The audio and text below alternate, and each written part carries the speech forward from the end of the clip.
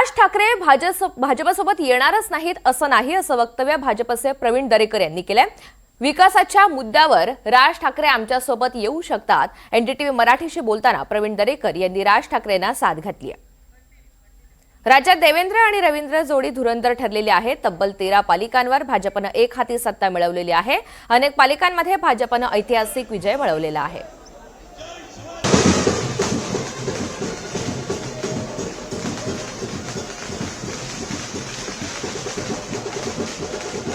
मुंबई महापालिकेवर विजय मिळवल्यानंतर भाजपनं जल्लोष केलेला आहे। मुख्यमंत्री देवेंद्र फडणवीस, रवींद्र चव्हाण तसंच भाजपचे नेते कार्यकर्ते यांनी आनंद साजरा केला। मुंबई महानगरपालिकेमधील भरघोस विजयानंतर भाजप प्रदेश अध्यक्ष रवींद्र चव्हाण यांनी भाष्य केलं। मुंबईमध्ये झालेला विजय कार्यकर्त्यांचा आहे। फडणवीसांनी महाराष्ट्राला दिशा दिली असं म्हणत त्यांनी मोदी आणि शहांचे आभार मानलेत।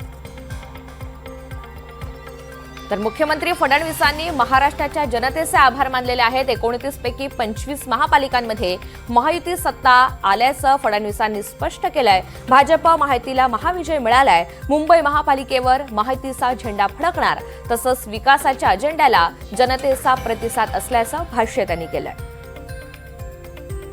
मुंबईमधील विजयानंतर मुख्यमंत्र्यांनी कार्यकर्त्यांचे आभार मानलेले आहेत। आमचं हिंदुत्व संकुचित नाही तर व्यापक आहे असं म्हणत देवेंद्र फडणवीस यांनी ठाकरेंना टोला लगावलाय। मात्र त्यांनी कार्यकर्त्यांना महत्त्वाचं आवाहन सुद्धा केलंय।